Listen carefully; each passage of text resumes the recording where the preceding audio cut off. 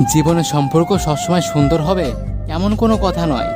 যেখানে ভালোবাসা থাকে সেখানে সব অনুভূতিগুলাই মেনে নিতে জানতে হয়।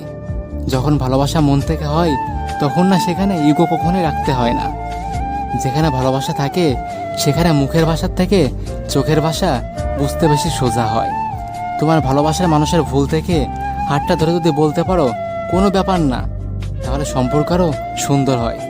যদি কোনো ভুল করে থাকো সেটা স্বীকার করা কোনো দোষের নয়, সেটা এটারই প্রমাণ দেয় যে তুমি সম্পর্কটা কতটা মন থেকে বাঁচানোর চেষ্টা করছো।